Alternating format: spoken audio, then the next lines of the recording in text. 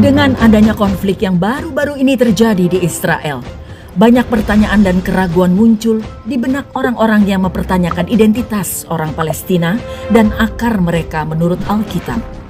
Video kali ini akan membahas asal-usul orang Palestina dengan mempertimbangkan tidak hanya referensi dari Alkitab, tetapi juga sejarah, genetika, dan linguistik.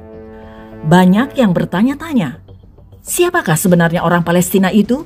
Apakah mereka benar-benar keturunan dari Ismail?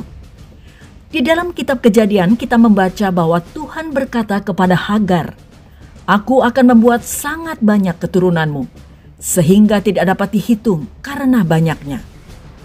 Selanjutnya Tuhan berkata, "Engkau mengandung dan akan melahirkan seorang anak laki-laki dan akan menamainya Ismail, sebab Tuhan telah mendengar tentang penindasan atasmu itu. Seorang laki-laki yang lakunya seperti keledai liar, demikianlah nanti anak itu. Tangannya akan melawan tiap-tiap orang, dan tangan tiap-tiap orang akan melawan dia. Dan di tempat kediamannya, ia akan menentang semua saudaranya." Kejadian 16 ayat 10 hingga 12. Saat ini banyak orang menggunakan ayat-ayat ini untuk menegaskan bahwa orang-orang Palestina saat ini adalah keturunan langsung dan murni dari Ismail, anak Abraham. Hal ini sering disebut sebagai salah satu alasan konflik yang sedang berlangsung di wilayah Gaza, Israel. Namun penting untuk mempertanyakan, apakah klaim ini mencerminkan kenyataan? Asal-usul etnis orang Palestina itu jauh lebih beragam daripada yang dibayangkan kebanyakan orang. Faktanya, penduduk Palestina mempunyai keturunan campuran yang kaya. Selain asal-usul Arab dan agama Islam yang dominan, banyak warga Palestina yang memiliki warisan genetik Yahudi yang signifikan dari orang-orang Yahudi kuno yang masuk Islam pada abad ke-6 dan abad ke-7. Asal-usul etnis orang Palestina sebagai kelompok nasional yang tinggal di wilayah selatan telah menjadi subjek penelitian komprehensif yang membahas aspek linguistik dan genetik.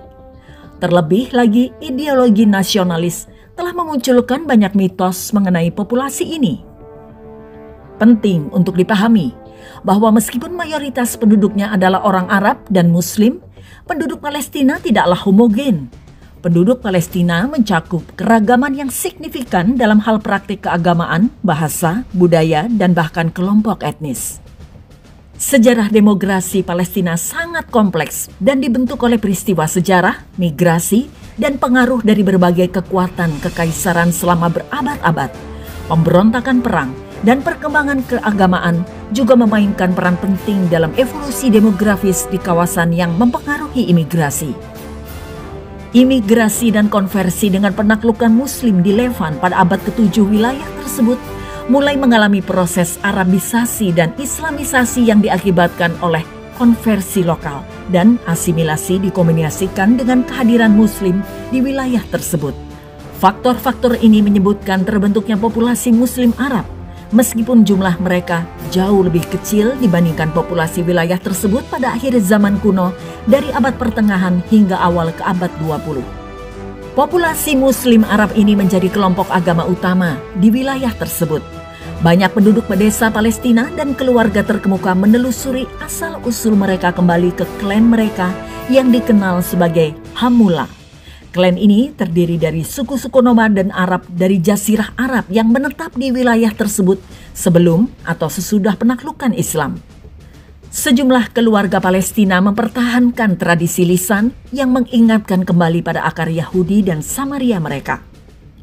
Upaya berkelanjutan untuk membangun identitas nasional Palestina dan mengkonsolidasikan kesadaran nasional sebagai landasan utama identitas dibandingkan dengan identitas umum lainnya di kalangan warga Palestina, termasuk suku lokal dan identitas Islam, telah memainkan peran penting dalam sejarah internal Palestina ketika menelaah sejarah demografi kompleks Palestina.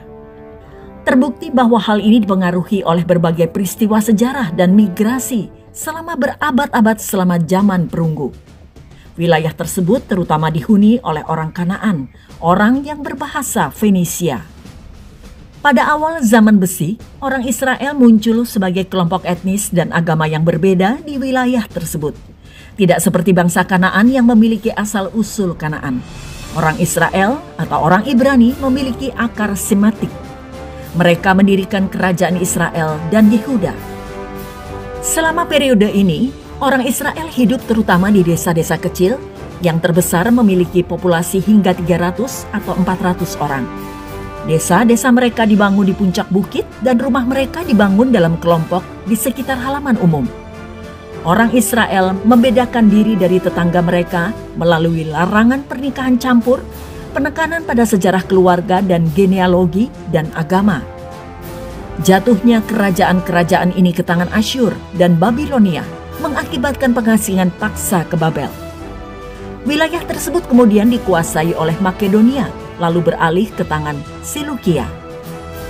Selama antiquitas klasik, orang Yahudi akhirnya menjadi mayoritas penduduk di Palestina dan bahkan menikmati periode singkat kemerdekaan di bawah dinasti Hasmonean, namun wilayah ini kemudian disatukan dalam kekuasaan Romawi. Perang Yahudi-Romawi, khususnya pemberontakan Bar Kokhba, menyebabkan kematian dari banyak orang Yahudi. Sebagian dari mereka mengungsi dan sebagian besar diperbudak. Akibatnya, populasi Yahudi di Yudea menurun secara signifikan pada abad-abad berikutnya. Wilayah ini mengalami gejolak politik dan ekonomi akibat konversi ke agama Kristen yang baru muncul dan penganiayaan agama terhadap minoritas. Mayoritas Kristen terbentuk di bawah pemerintahan Bizantium karena imigrasi Kristen dan kepergian orang Yahudi. Era ini juga ditandai dengan konflik seperti pemberontakan Samaria dan perpindahan penduduk lokal.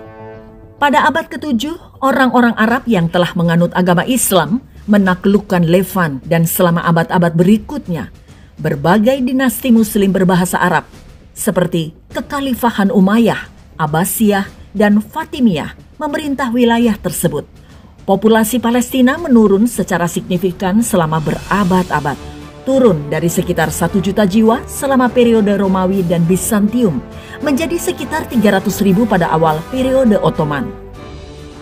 Seiring berjalannya waktu, sebagian besar penduduk yang masuk Islam mengadopsi budaya Arab dan bahasa Arab. Dipercayai bahwa penjajahan Arab sebelum dan sesudah penaklukan Muslim mempercepat proses Islamisasi di wilayah tersebut. Perlu dicatat bahwa sebagian besar penduduk di wilayah pesisir Palestina adalah keturunan orang Samaria yang masuk Islam. Orang Samaria adalah keturunan beberapa suku Israel dan juga Assyria karena orang Assyria juga merupakan orang Semit. Tidak jelas apakah mereka berpindah ke agama Islam di Palestina terjadi sebelum atau sesudah masa Perang Salib. Beberapa ahli berpendapat bahwa penduduk Palestina mayoritas sudah beragama Islam ketika tentara salib tiba. Di sisi lain, terdapat argumen bahwa proses Islamisasi massal terjadi belakangan. Kemungkinan besar pada periode Mamluk. Periode Mamluk adalah masa dalam sejarah yang mengacu pada dominasi suatu dinasti dari para pemimpin militer yang dikenal sebagai Mamluk di berbagai wilayah di dunia Islam, terutama Mesir di Suriah. Mamluk awalnya adalah tentara budak yang menjadi penguasa negara Islam yang kuat selama abad ke-13 hingga ke-19. Terdapat periode Mamluk yang berbeda di berbagai belahan dunia Islam. Namun periode yang paling banyak terjadi adalah Mamluk yang terkenal dan bertahan lama adalah kerajaan Mamluk di Mesir pada abad ke-13.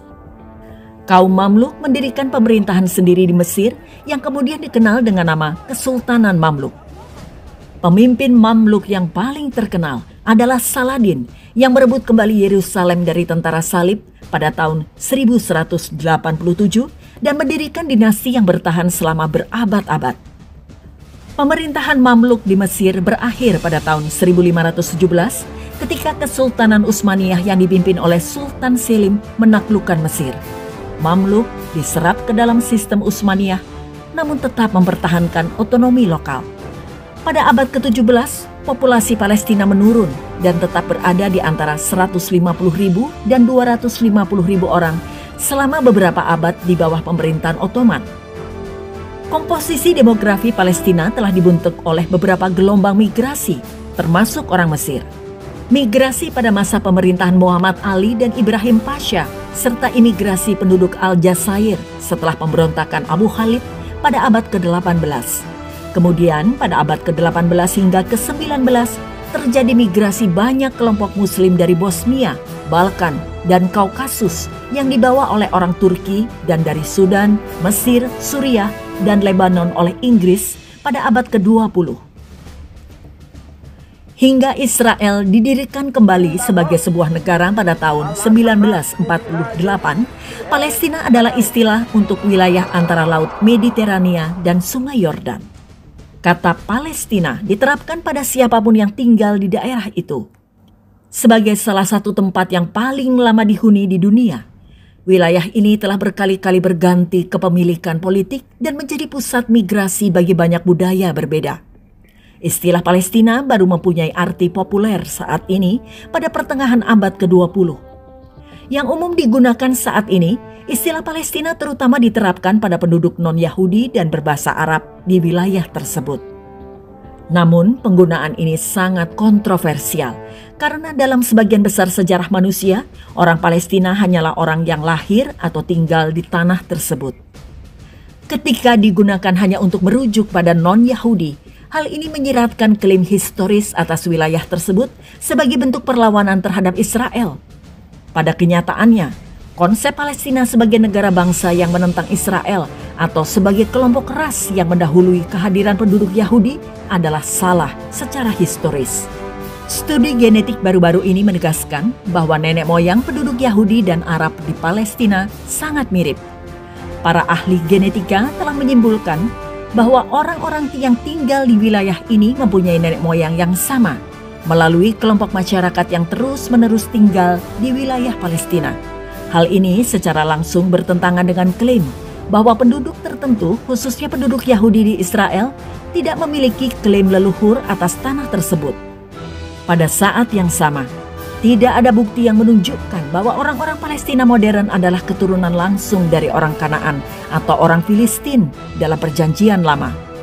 Banyak orang Arab yang merupakan keturunan Ismail, namun karena tanah Kanaan dijanjikan kepada anak-anak Yakub, orang-orang Arab tidak mempunyai klaim Alkitabiah atas tanah Palestina.